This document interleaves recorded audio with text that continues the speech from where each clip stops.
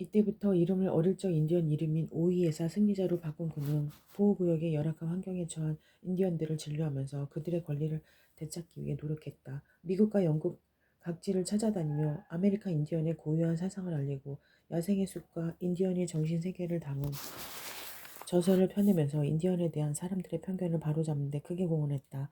특히 인디언들의 정신과 숲속의 생활 방식을 바탕으로 출발하게 된 보이스카웃의 출범은 그의 노력에 힘입은 것이다. 순수한 인디언의 혈통은 사라졌지만 그들의 훌륭한 문화가 후대에게 전해진 것은 오히예사 같은 인디언 작가가 있었기에 가능한 것이다. 인디언의 영혼. 신성한 어머니 돼지, 그 나무와 모든 자연이 너의 생각과 행동을 언제까지나 지켜보리라. 인디언으로 태어나다. 자신이 세상에서 가장 자유로운 삶을 살고 있다고 생각하는 사람은 누구라도 인디언이라고 할 수 있다. 나의 어린 시절이 바로 그러했다. 날마다 생생하고 거칠 것 없는 삶이 내 앞에 펼쳐졌다. 우리 인디언들은 자연을 모방하는 데 있어서 매우 탁월했으며 대지와 가장 가까운 학생들이었다. 얼굴 흰 사람들이 책을 가지고 공부하듯이 인디언 아이는 동물들의 행동 습관을 관찰하며 배움을 얻었다.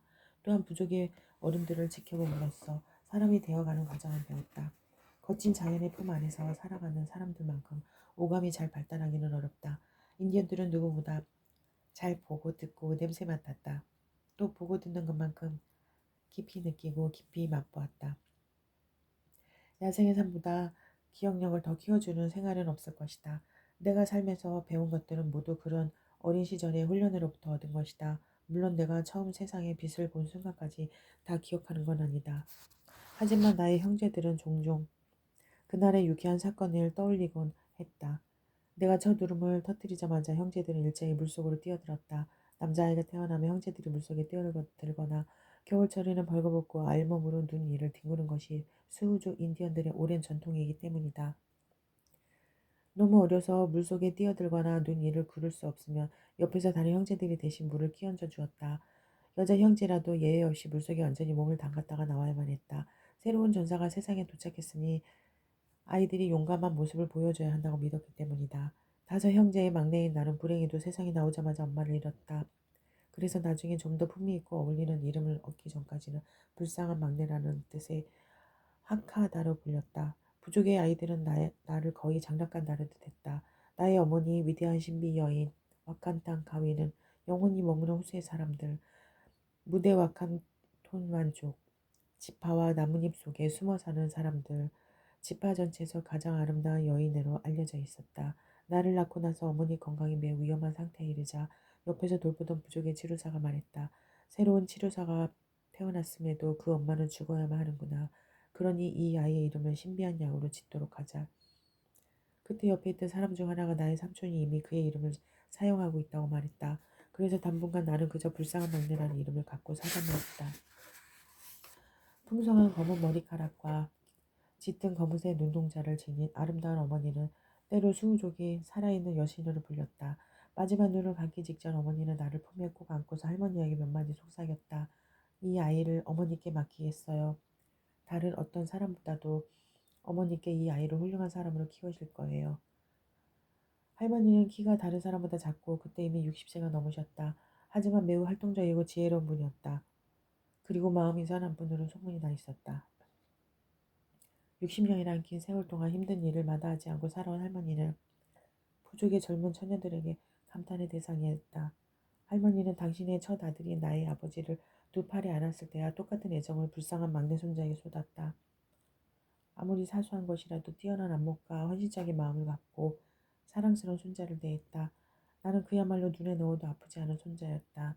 내 작은 옷과 조그마한 목하신 아메리카 인디언들이 신던 뒤축 없는 가죽 신발, 주로 들소 가죽이나 사슴 가죽으로 만들었다.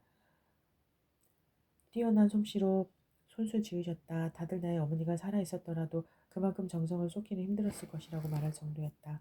인디언 여인들은 대개 아이를 참나무 놀반지로 만든 요람에 넣고 등에 업고 다녔다. 요람 앞쪽에는 예쁘게 수놓은 가죽이 되어 있고 머리 위쪽에 활처럼 휘어진 나무 막대기가 단단히 고정되어 있어서 요람이 앞으로 넘어지는 경우에도 아이의 머리와 얼굴이 다칠 염려가 없었다. 이 활처럼 생긴 보호대에는 예술적으로 조각된 뼈나 사슴뿔 등을 매달아 놓아 아이의 작은 손을 뻗어 그것만을 만지며 놀 수가 있었다. 뭉치다. 할머니는 노래를 잘 불렀다. 이따금 불쌍한 막내가 너무 일찍 눈을 뜨면 더 잘하면 자장가를 불러주었다. 나코다조 여자들은 숲에 가서 나무를 잘라 땔감을 구하는 일뿐 아니라 야영지의 고된 일까지도 거의 도맡다시피 했다. 남자들은 낮 동안 사냥을 나가야 했기 때문에 나머지 일은 전부 여자들의 몫이었다. 할머니는 일하러 갈 때면 종종 나를 데리고 갔다. 일을 하시는 동안 요람을 야생의 포도 넝쿨이나 잘 휘어지는 나뭇가지에 걸어놓았기 때문에 바람이 조금만 불어도 나는 앞뒤로 흔들렸다. 할머니 말씀으로는 내가 사주에 주의를 기울일 만큼 컸을 때 내게는 분명 붉은 다람쥐나 새들과 알 수 없는 언어로 대화를 나누는 능력이 있었다고 한다. 한 번은 내가 땅에서 2미터가량 높이 나뭇가지에 매달린 채 유람 안에서 잠들어 있을 때였다. 운치다. 할머니는 저만치 떨어진 곳에서 카누를 만들 자작나무 껍질을 모으고 있었다. 그때 다람쥐 한 마리가 활처럼 휘어진 요람의 막대기 위로 올라왔다. 녀석은 그곳에 편안히 앉아 히코리 열매, 호둣과에 속하는 북미산 열매를 갉아먹기 시작했다. 녀석이 음식 부스러기를 계속 요람 속으로 떨어뜨린 바람에 나는 잠이 깨었다. 불안당 같은 녀석의 침입에 내가 몹시 화를 내자 다람쥐는 놀라서 재빨리 다른 나뭇가지로 옮겨갔다. 그러나 그곳에서 녀석이 꾀꾀대며 내게 분풀이를 해대기 시작하자 나는 거기서도 사라지라고 매우 위험있게 소리쳤다고 한다. 그 소리를 듣고 나를 구하기 위해 달려온 할머니가 그 무리한 침입자를 쫓아버렸다. 숲에 걸린 내 요람 위에 새들이 날아와 앉은 것은 흔한 일이었다. 나의 새엄마 역할을 똑똑히 해야만 했던 할머니로서는 처음에 갓난아기인 나를 먹이는 것이 무엇보다 큰 문제였다. 할머니는 야생쌀을 끓여 곱게 갈아서는 그것을 연한 사슴고기로 만든 국에 섞었다. 또 말린 사슴고기를 가루처럼 갈아서 물에 탄 뒤 옥수수 가루를 섞어 묽은 수프를 만들었다. 이 야생 쌀죽과 곱게 간 사슴고기 그리고 옥수수 가루가 내 주식이었다. 하지만 얼마 안 가서 내가 얼굴 흰 아이들보다 더 빨리 이가 나자 나의 훌륭한 간호사는 좀 더 다양한 음식을 마련했으며 나는 주는 것마다 스스로 씹어 먹을 수 있게 되었다. 한번 요람을 벗어난 뒤에는 나는 거의 요람 근처에 가지 않았다고 할머니는 말했다. 그 다음부터 할머니는 내 관심을 자연 속 동식물들에게 돌리기 시작했다. 새소리가 들려오면 그것이 어떤 새인지 다음과 같은 식으로 가르쳐 주었다. 불쌍한 막내야, 새 조카가 제 짝을 부르는 소리를 들어보아라. 방금 맛있는 먹이를 찾았다고 알리고 있구나. 또는 이렇게 말했다. 우페안스카 소리를 들어봐라. 제 어린 아내를 위해 노래 불러주고 있구나. 옥청껏 부르고 있지. 저녁이 되면 숲속에 있는 우리의 티피 바로 옆에서 쏙독새가 열장을 바쳐 노래하기 시작했다. 그럴 때면 할머니는 말했다. 쉿, 오지부에 보낸 염탐꾼인지도 모른다. 또 한밤중에 내가 잠이 깨면 할머니는 나지막히 말했다. 울면 안 된다. 히나카가 나무 꼭대기에서 널 지켜보고 있어. 할머니의 친구라면 무조건 믿었던 나는 겁에 질려 머리끝까지 이불을 뒤집어 썼다. 그러면 할머니는 그 새에 대한 무시무시한 인상을 내 안에 심어 놓으셨다. 티피 밖에서 엄마를 찾으며 큰 소리로 울고 있던 어린 소년을 어둠 속에서 날아온 올빼미가 낚아채 나무들 속으로 사라진 이야기였다. 인디언 정찰병들이 올빼미 울음소리를 흉내낸다는 것은 널리 알려진 사실이었다. 그 울음소리가 들리고 나면 곧이어 무서운 전투가 벌어졌다. 그래서 어린아이인 마음속에 일찍부터 그 울음소리를 새겨두는 것이 지혜로운 일이었다. 인디언 아이들은 밤에 울지 않도록 엄격하게 훈련받았다. 언제나 위험에 노출되어 있는 야생의 삶에서 그것은 꼭 필요한 교육이었다. 내가 어렸을 때 할머니는 언제나 새소리와 함께 잠자리에 들게 하고 또 새소리와 함께 일어나게 했다. 그것은 이내 하나의 습관이 되었다. 할머니가 그렇게 하신 데는 타당한 이유가 있었다. 인디언은 언제나 아침 일찍 일어나야만 했다.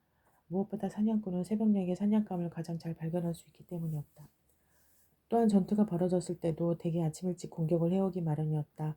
심지어 부족 전체가 여유있게 이동을 할 때도 바람이 시원하고 우연이라도 적에게 들킬 위험이 적은 이른 아침에 택히 움직였다. 어렸을 때부터 나는 침묵을 지키고 말을 삼가도록 배웠다. 침묵과 과묵함은 인디언의 인격 형성이 없어서는 안 되는 중요한 요소였다. 더욱이 사냥꾼과 전사에게 그것은 절대적으로 필요한 일이었다. 부족 전체가 흥겹게 잔치를 벌일 때도 있었지만 인디언들의 생활 원칙은 언제나 점잖고 예의 바른 것이었다. 어쨌든 나의 어린 시절은 흥미로운 일들로 가득했으며 삶의 실체와의 첫 만남이 이루어진 시기였다. 그때 이미 귓가에서는 모험에 찬 영혼의 속삭이기 시작했다. 전사들이 머리에 꽂고 있는 독수리 깃털의 가치가 내 눈을 사로잡았다. 3살 무렵에 어느 날 혼자 티피 안에 남겨진 나는 삼촌이 전투할 때 쓰는 머리 장식을 끌어내렸다. 그리고는 그것에 매달린 독수리 깃털을 모조리 뜯어 나 자신과 집에서 키우는 강아지를 장식했다. 전사의 삶이 너무도 일찍 내 안에 강한 인상을 새겨놓은 것이다. 내 마음은 이미 전사가 되는데 필요한 모든 요구에 응할 수 있게 되기를 강렬히 원하고 있었다. 모험심으로 가득 찬 어린 시절. 기억에 남는 일 중 하나는 조랑말에 매달려 가는 일이었다. 겨울철에 부족이 이동할 때며 인디언 어머니들은 아이를 요람에 쌌다. 이것은 다소 원시적인 방법이긴 하지만 매우 편리했다. 아무리 날씨가 추워도 털가죽으로 된 요람 속은 더없이 따뜻하고 안락했다. 적어도 내 기억으론 그랬다. 인디언들은 티피 세울 때는 긴 장대 2개를 가죽끈으로 동물의 양 옆에 단단히 붙들어 맨 뒤 장대의 다른 쪽 끝은 바닥에 끌려가게 해서 개썰매를 만들었다. 썰매를 끄는 동물로는 주로 큰 개나 조랑말을 이용했다. 그리고 그런 식으로 진뿐만 아니라 어린아이도 운반했다. 그 위험천만한 운송 방법에 나는 곧 익숙해졌으며 누구보다도 개썰매를 즐기게 되었다. 사실 그런 방식으로 어린아이를 데리고 이동하는 것은 여름철에만 가능한 일이었다. 개들은 때로 믿을 수 없는 녀석들이어서 어린아이들을 위험에 빠뜨릴 수가 있었다. 예를 들어 무거운 짐을 끌고 더위가 싸우며 장시간 선매를 끌고 가던 개들은 물만 보면 자신들의 의무는 모두 잊은 채 여인들이 소리를 지르든 말든 아랑곳하지 않고 아이들과 짐을 매달고서 곧바로 시원한 물속으로 직행했다. 그래서 나도 한 차례 이상 원치 않는 목욕을 한 적이 있었다. 내가 막 5살이 되었을 때 미네소타, 다코타 수우족 언어로 하늘 물감이 든 물이란 뜻. 미국 북부의 주에서 수우족 대학살이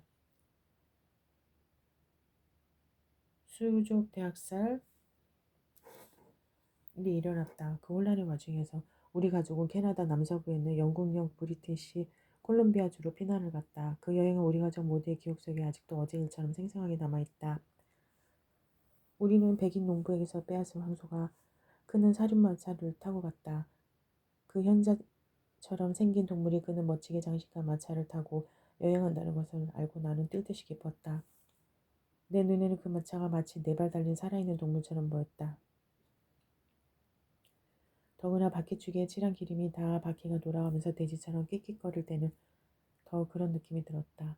미네소타 대학살이 있고 나서 얼마 후 여름이 되자 시블리 장군의 기병대가 미주리 강을 건너 우리 부족을 추격해왔다. 지금도 미주리 강은 세상에서 가장 변덕스러운 강으로 유명하다. 아무리 튼튼한 현대식 선박이라도 그 예기치 않은 물살 앞에서는 안전하지 못하다.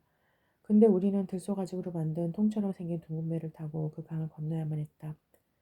장총으로 무장한 엄청난 숫자의 와시추 백인들이 우리를 뒤쫓아오고 있었다. 비중의 남자들이 얼굴 흰 사람들과 싸우며 시간을 버는 동안 여자와 노인들은 버드나무 가지로 버팀목을 댄 임시 보트를 만들었다. 어떤 보트는 2~3명의 여자나 남자들이 물속에서 헤엄을 치며 끌고 갔고 또 다른 보트는 조랑말이 끌었다. 힘없는 어린 것들과 갖가지 세간살이가 실린 보트를 쓰러지지 않게 똑바로 붙들고 있는 것은 여간 어려운 일이 아니었다.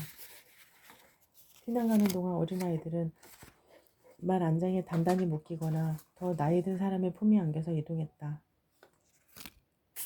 추격해오는 백인 기병대를 피하기 위해 밤새 이동해야만 했기 때문에 우리는 잠과 음식이 부족한 큰 고통을 받았다. 밥은 먹는 둥 마는 둥 했고 때로는 말 안장에 매달린 채로 먹기도 했다. 마실 물이 늘 눈에 띄는 것도 아니었다. 사람들은 소위 위장이나 동물의 심장을 말려서 만든 주머니에 물을 담아 가지고 다녔다. 우리는 어쩔 수 없이 우리와 적대적인 오지부의 족이 사는 영토를 통과해야만 했다. 거의 매일 밤낮으로 그들의 공격에 시달렸다. 살아남기 위해서는 잠시라도 마음을 놓을 수가 없었다.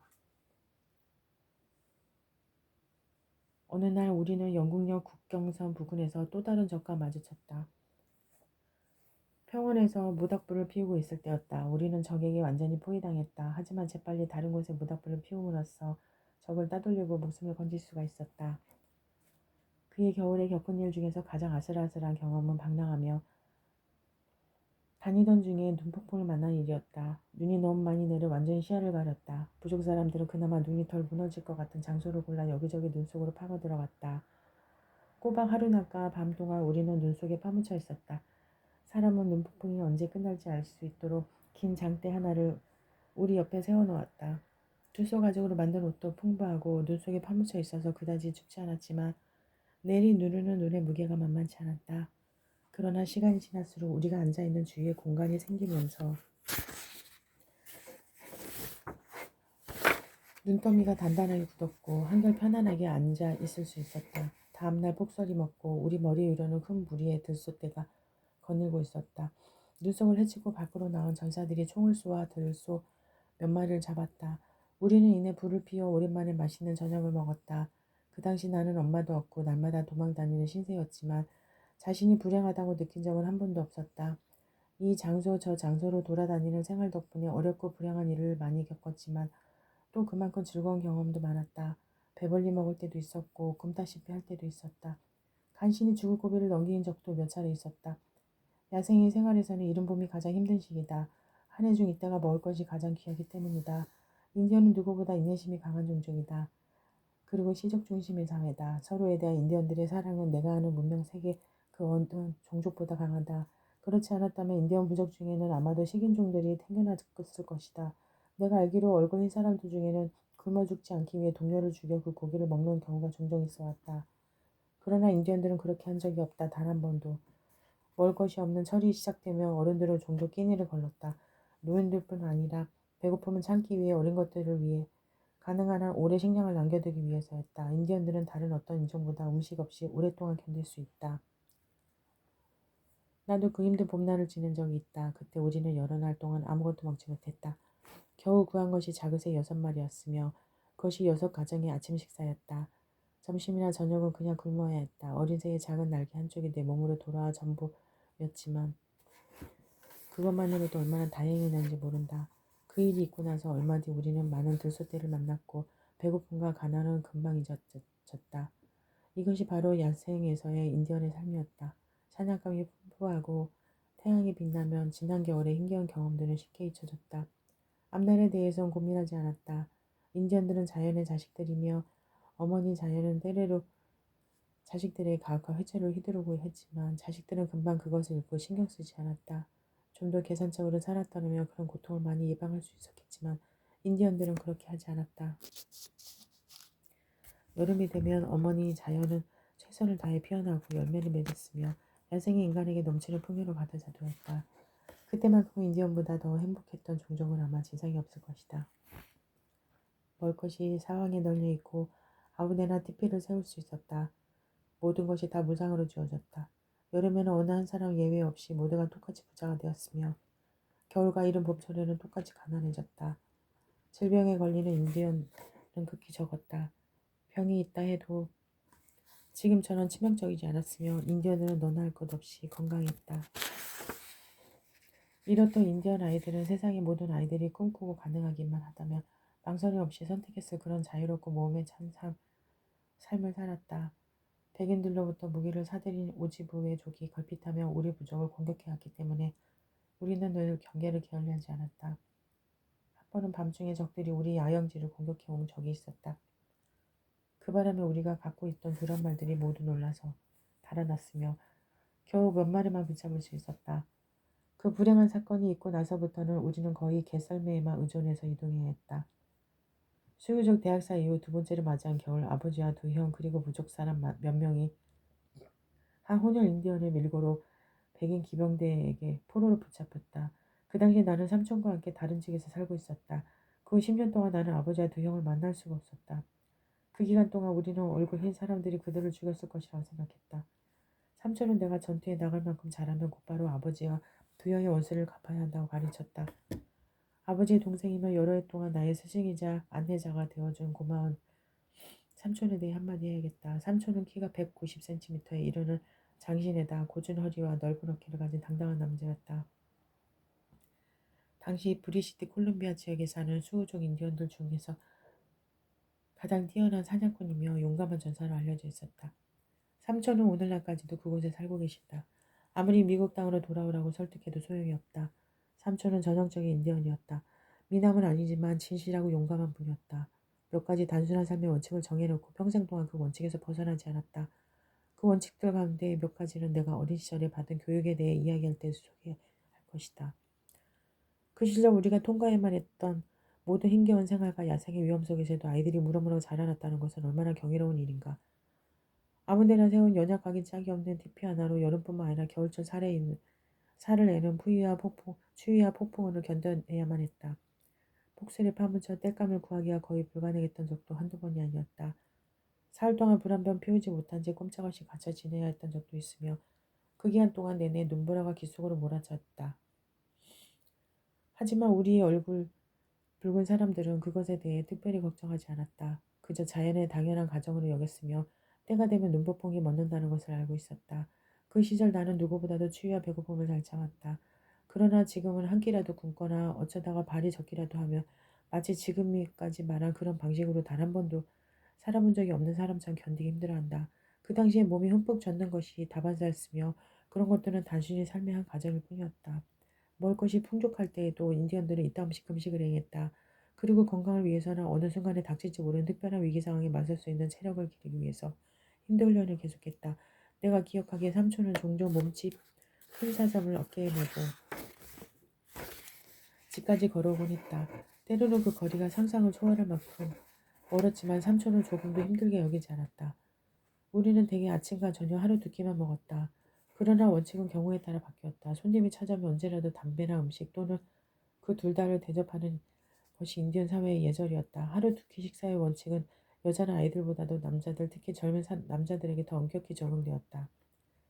인디언은, 인디언들은 진정한 남성다움은 절제된 음식과 규칙적인 운동을 통해 이루어지며 그것이 인내심의 기초가 된다고 여겼다.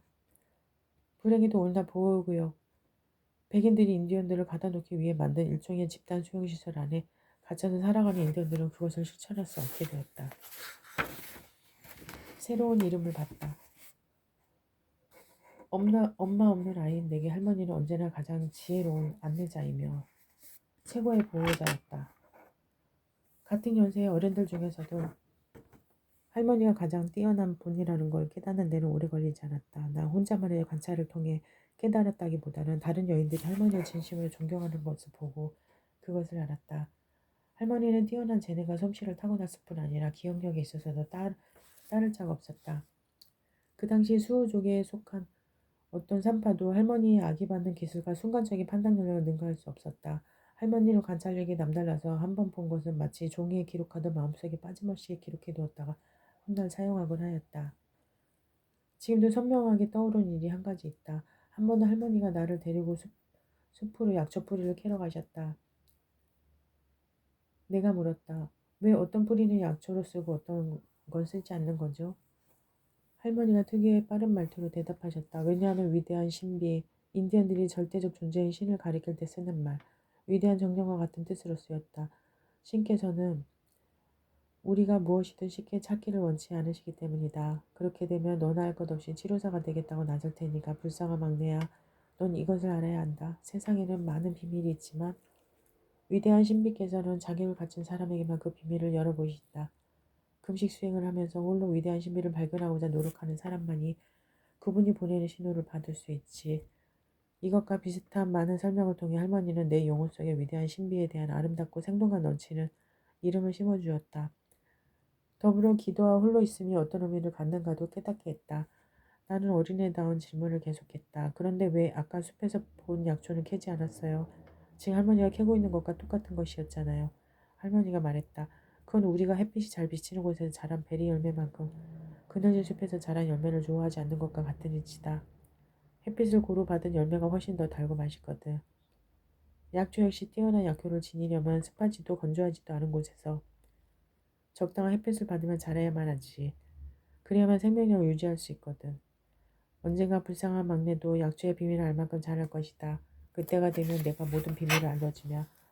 그렇지만 지금 내가 커서 올바른 사람이 못 된다면 난 이 보물들을 내가 아닌 다른 형제들에게 전해줄 거야.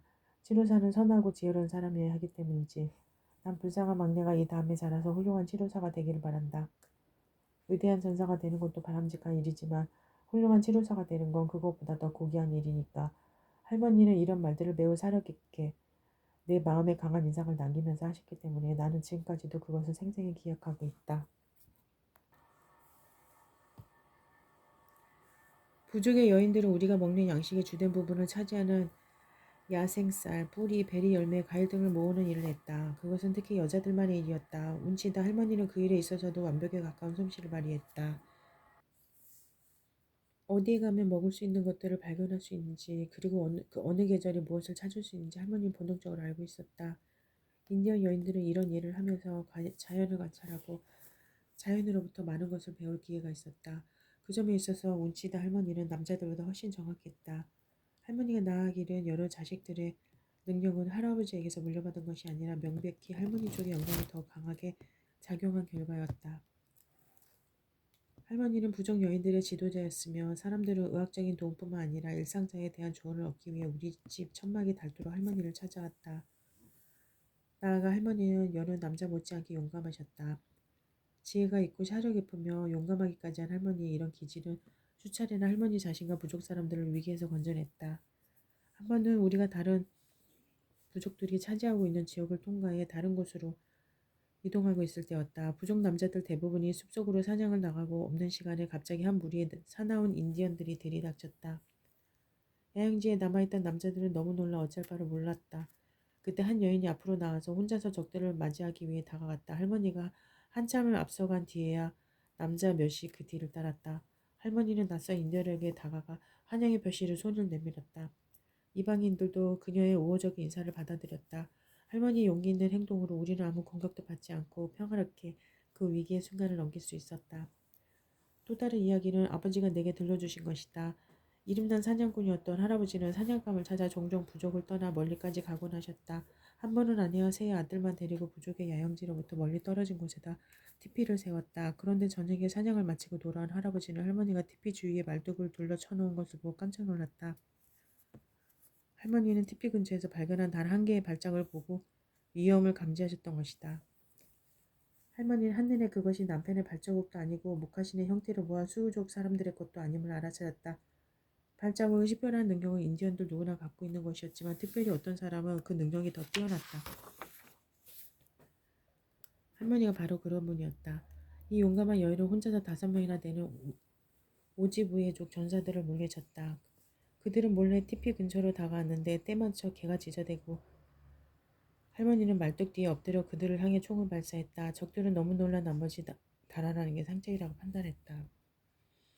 내가 17살이 조금 넘었을 때 하루는 우리 부족의 인디언 전사들이 몰려와 들소가죽으로 만든 우리의 커다란 티피를 무너뜨리는 일이 일어났다. 삼촌이 혼자서 들소떼를 사냥하려고 했기 때문에 그 벌로 취해진 조치였다. 그러나 그것은 사실이 아니었다. 삼촌은 숲 가장자리에서 사슴을 사냥하다가 공교롭게도 들소떼를 놀라게 했을 뿐이었고 비록 그것이 우연한 사고라 할지라도 그런 행동은 부족 전체에 피해를 주기 때문에 엄하게 다스리는 것이 인디언 사회의 전통이었다. 인디언 경찰에 해당하는 그 전사들이 우리 티피를 공격해 왔을 때 나는 천진난만하게 티피 안에서 놀고 있었다. 옆에는 운치다 할머니밖에 없었다. 나는 그들이 다가오는 것을 모르고 있다가 갑자기 30-40명의 인디언들이 뱃속에서부터 내지르는 전도의 함성 소리를 듣고서 내 작은 세상이 끝장이 나는 줄 알았다. 순식간에 헤아릴 수 없이 많은 칼과 손도끼들이 우리의 연약한 티피를 뚫고 들어오고 머리 위 기둥과 밧줄 사이로 총알이 날아다녔다. 나는 어떻게 행동했는지 전혀 기억이 나지 않는다. 다만 그런 상황에서 어린 꼬마가 할 수 있는 행동을 했으리라고 짐작할 뿐. 내가 정신을 차렸을 때는 운치다 할머니가 그 전사들의 지도자와 설전을 벌이고 있었다. 할머니는 사건을 정확히 조사해보지도 않고 티피를 부수는 것을 부당하며 부족의 전사들 중 아들의 티피에 손을 대며 그 전투에서 명성을 얻은 사람은 아무도 없었다고 지적했다. 하지만 그때 이미 우리의 가련한 티피는 형태도 알아볼 수 없을 정도로 부서져 있었다. 심지어 티피 기둥들조차 반으로 쪼개졌다. 인디언 여자는 중년의 나이에 접어들면 대개 몸이 뚱뚱해지고 행동이 둔해지기 마련이다. 하지만 할머니는 그 점에서도 남달랐다. 내가 태어났을 때 할머니는 만 60살이었다. 그리고 내가 7살일 때는 나를 등에 업고 물살이 무척 빠른 넓은 강을 헤엄쳐서 건넜다. 임시로 얼기설기 만든 들소가죽 보트에 나를 태웠다가 사고는 다 당할까 염려하셨기 때문이다. 특히 봄철이면 눈에 띄게 가물이 우리 앞길을 가로막았다.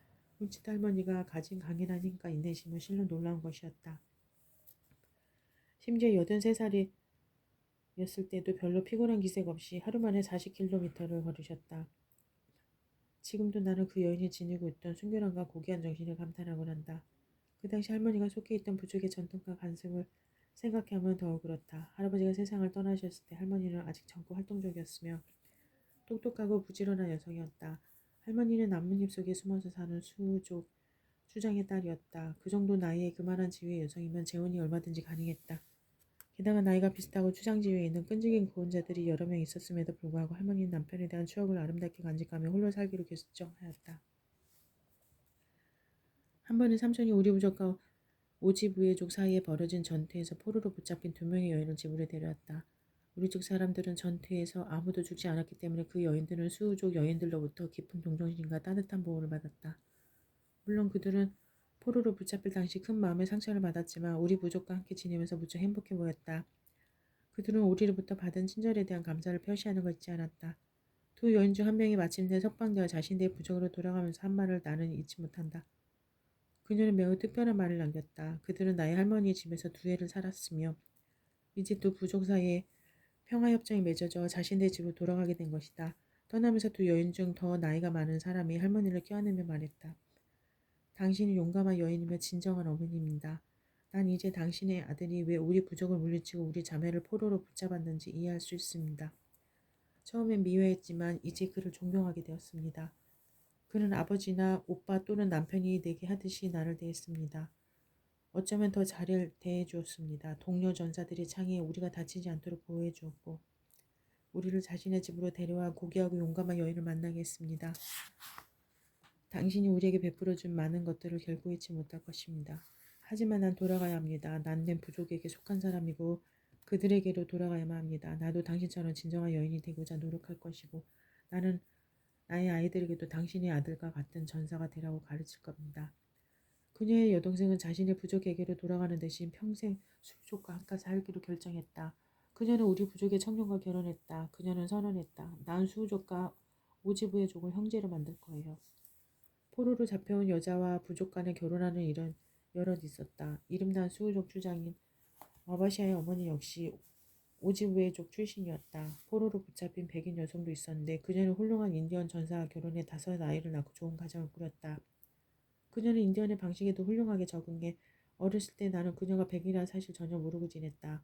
얼굴 흰 사람들은 햇볕에 피부가 잘 타고 또 언제나 검은 물감 같은 것으로 얼굴을 뒤덮고 있어서 아주 예리하게 관찰해야만 그들은 진짜 인디언과 구별할 수 있었다. 한여름이었다. 지난 한 해 동안 산티수족 사람들이 해낸 모든 일들은 그 어느 해보다 성공적이었다. 봄에 모피 사냥엔 계속 운이 따라주었고 겨울에 내린 많은 눈은 봄철에 단풍나무 수액을 훨씬 많이 얻을 수 있게 해주었다. 여인들이 수확한 옥수수와 감자는 이미 충분히 먹고도 남을 정도였다. 그렇게 해서 나뭇잎 속에 숨어서 사는 수우족 지파인 우리 앞엔 도난족은 이제 야생의 숲에서 살아온 옛날 방식에 따라 한여름 축제를 열 때까지 가까워 왔음을 느꼈다. 초대장은 담배 묶음이 대신했으며 여느 지파인들부터 초대에 응하겠다는 답장이 속속 도착했다. 빛의 천막 지파 강 건너편에 사는 사람들 지파를 비롯한 많은 수족 지파들이 기가의 초대에 응했다. 나뭇잎 속에 숨어서 사는 지파의 주장인 파란 돼지가 초청자였다. 다양한 종류의 운동 경기가 열릴 예정이었다. 사실 축제는 일종의 전국체전 같은 것으로 많은 볼거리와 경기가 펼쳐졌다. 예를 들어 흰 토끼, 화이트 레빗이 처녀가 되는 잔치를 열 계획이며 목청 큰 사람이 여러 지파들 사이를 돌며 그 사실을 다음과 같이 노래로 알렸다. 오늘 정오에 흰 토끼 양이 빛의 천막 지파의 둥근 야영지 한가운데서 처녀가 되는 잔치를 열자고 합니다. 처녀들은 많이 참석해 주세요. 또 졸려온 눈이 자기 아들의 귀 뚫는 의식을 공개적으로 할 생각이면 자신이 가진 소유물의 많은 부분을 잔치에 참석한 사람들에게 나눠주어야만 했다. 이를테면 수달과 곰과 비보 가죽 또는 조랑말 등이 그것이었다. 그렇지 않으면 그 아이는 훌륭한 집안의 자식으로 인정받지 못했다. 축제의 가장 중요한 대목은 라크로스 경기였다. 그 경기를 통해 가장 빨리 달릴 수 있는 두 지파를 뽑는 것이 수구적 전통이었다. 미네소타 강둑에 위치해 와페토난족 마을은 이제 막 도착한 손님들과 다가올 축제 준비로 전에 없이 활기를 띠고 북적거렸다. 이번 축제에 대비해 지난 가을부터 사냥한 고기를 세심한 주의를 기울여 간수해 두었다. 야생쌀과 질 좋은 사슴고기도 겨울 동안 잘 저장해 두었다. 새로 캐온 순무뿌리, 잘 익은 베리 열매와 신선한 물고기도 풍부했다. 숲 가장자리를 따라 인디언 천막들이 집단을 이뤄 또는 반원을 그리며 세워졌다. 지파들마다 서로 구분되게 티피를 세웠다. 추장 파란 대지의 티피는 모두의 눈에 띄는 곳에 세워졌다. 티피 입구에는 붉은색과 노란색으로 평화의 담뱃대가 그려져 있고 그 반대편에 떠오르는 태양이 그려져 있었다.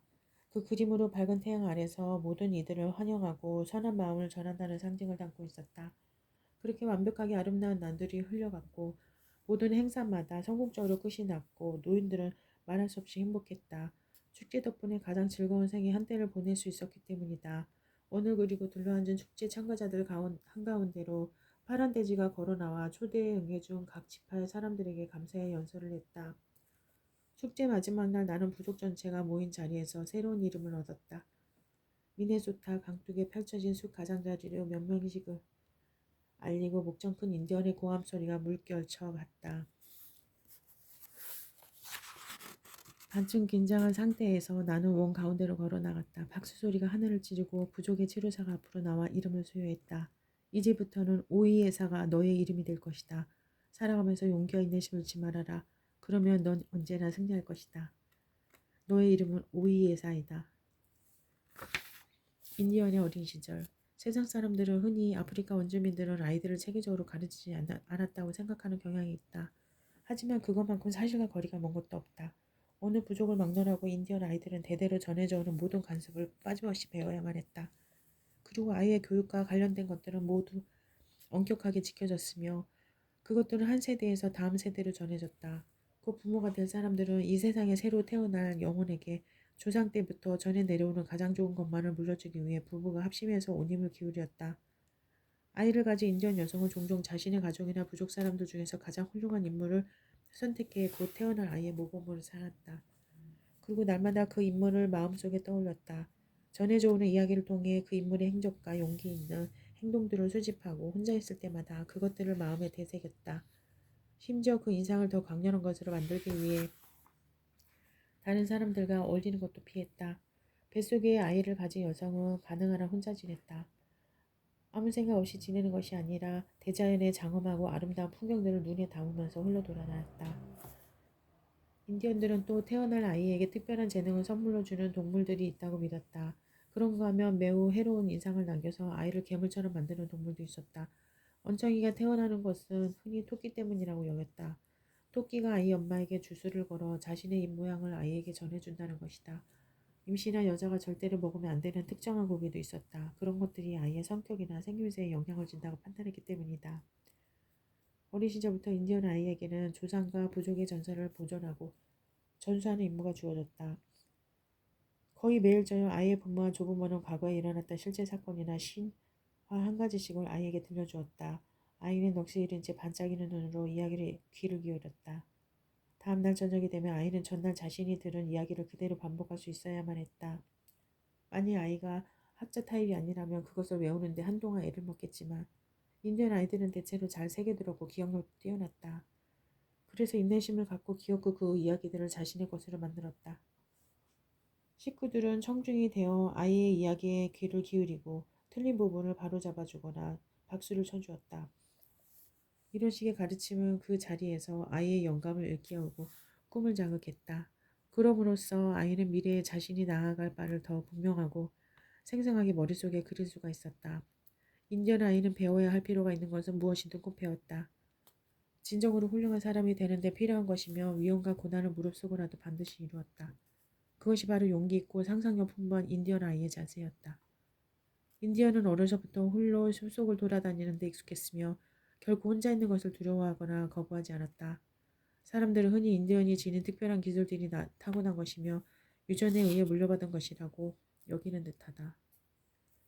그러나 그것은 크게 잘못된 생각이다. 인디언들의 자기 절제와 인내심은 모두 강한 훈련을 통해 얻어진 것이며 뛰어난 조각 예술도 홀로 끊임없이 연습한 결과에서 나온 것이다. 인디언들은 누구라도 신체 단련과 금식 수행을 게을리하지 않았다. 나 역시 고깃국이나 어떤 따뜻한 음료도 마시지 못하도록 엄격한 규제받던 때가 있었다. 고깃국은 주로 노인들을 위한 것이었다. 젊은 사람은 따뜻한 음식을 먹어서도 물을 많이 마셔도 안 됐다. 그것이 인디언들의 일반적인 규칙이었다. 15살이 될 때까지 나를 가르치는 일을 맡은 삼촌은 매우 엄한 교사이자 훌륭한 스승이었다. 내가 아침에 TP를 놨을 때마다 삼촌은 말했다. 오이에서야 모든 것을 자세히 관찰해야 한다. 그리고 저녁이 되면 내가 TP로 돌아오면 한 시간씩, 때로는 그 이상씩 문답식으로 가르침을 배웠다. 그 나무들은 어느 쪽 껍질이 더 밝은 색이더냐, 어느 쪽으로 나뭇가지가 더 많이 자라있더냐. 삼촌은 그날 내가 처음 발견한 새들의 이름을 말하게 했다. 나는 새의 색깔이나 부리의 모양 또는 노랫소리, 생김새의 등지의 위치에 따라 이름을 말했다. 그렇게 함으로써 새들 각자의 특징이 내 안에 깊은 인상을 남겼다. 솔직히 말해 나는 어처구니 없는 실수를 많이 저질렀다. 그때마다 삼촌은 새들의 정확한 이름을 일러주었다. 어쩌다 내가 제대로 이름을 알아맞히면 부드럽게 칭찬해 주었다. 내가 좀 더 나이가 들어 9살이나 10살쯤 되었을 때 삼촌의 일은 가르침을 훨씬 깊이를 더해갔다. 예를 들어 삼촌은 이렇게 묻곤 했다. 저쪽 호수에 물고기가 있다는 것을 넌 어떻게 알 수 있지? 한낮이면 물고기들이 파리를 잡아먹으려고 물 위에 튀어오르니까요. 재빠르지만 얄팍하기 그지없는 내 대답에 삼촌은 미소를 지으며 말했다. 호수를 들여다보면 물이 얕은 곳에 작은 조약돌 무더기들이 있는데 그것들에 대해서는 어떻게 생각하니? 또 모래바닥에 새겨진 예쁜 곡선들과 작은 모래뜨은 무엇이 만들었을까? 물고기를 잡아먹는 새들은 주로 어디에 있지? 호수에 물이 들어오고 나가는 곳이 이 질문과 무슨 관계가 있을까?